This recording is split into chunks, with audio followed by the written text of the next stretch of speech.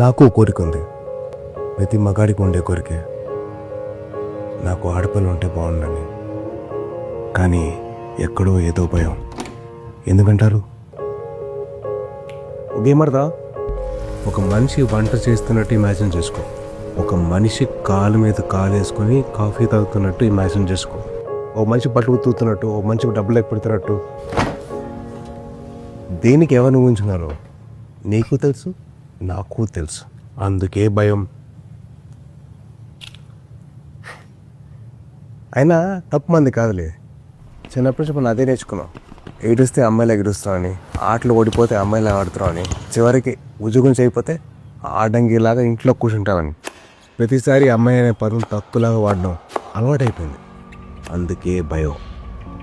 అమ్మాయిగా పుట్టడం వల్ల తను ఎంత సర్దుకుపోవాలో, ఎంత జాగ్రత్తగా ఉండాలో, ఎంత స్వేచ్ఛను కోల్పోవాలో, ఎంత ప్రూవ్ చేయాలో అనే భయం ఉంది. నేను ఏదో పెద్ద పెద్ద క్లైమ్స్ గురించి మాట్లాడలేదు. రోజు జరిగే చిన్న చిన్న విషయాల గురించి మాట్లాడుతున్నాను. ఆఫీస్లో, ఇంట్లో, పబ్లిక్ స్పేస్లో, ఆన్లైన్లో. అవును, మనం ఎప్పుడు మన అమ్మ, చెల్లి, అక్క గురించి, మన గర్ల్ ఫ్రెండ్ ఆర్ వైఫ్ గురించి, మనతో పనిచేసి మన కొలీగ్ గురించి అసలు ఇంత ఆలోచించలేదే. వాళ్ళు కూడా ఎవరికో కూతురులే కదా బాస్. మనకి కూతురు కావాలనేసరికి ఇంత భయం, ఇన్ని ఆలోచనలు పొడుచుకొచ్చాయా? అసలు నేను ఎందుకు ఇంత భయపడుతున్నా? ఈ భయం తగ్గాలంటే ఏం చేయాలి? నాకు తెలిసి సొల్యూషన్ చాలా సింపుల్ అబ్బా. మనం పెద్ద పెద్ద యుద్ధాలు చేయక్కర్లేదు, తొట్టలో కొట్టక్కర్లేదు.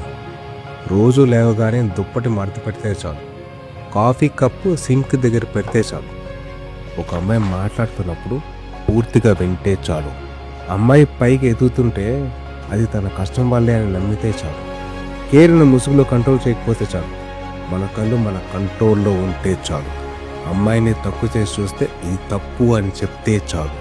నాట్ ఆల్ మెన్ అని రాయడం కాదు, నాట్ ఆల్ మెన్ అని ప్రూవ్ చేయాలి. రాక్షసులు కొంతమంది ఉంటారు, మాట్లాడకుండా మనకెందుకు లేని దుంకునేవారు చాలా ఎక్కువ మంది ఉంటారు. మరి మనం ఏం చేయాలి? నిలబడాలి. వానర సైన్యంలాగా, మగాళ్ళలాగా నిలబడాలి. అదే మగతనం. నిలబడదాం.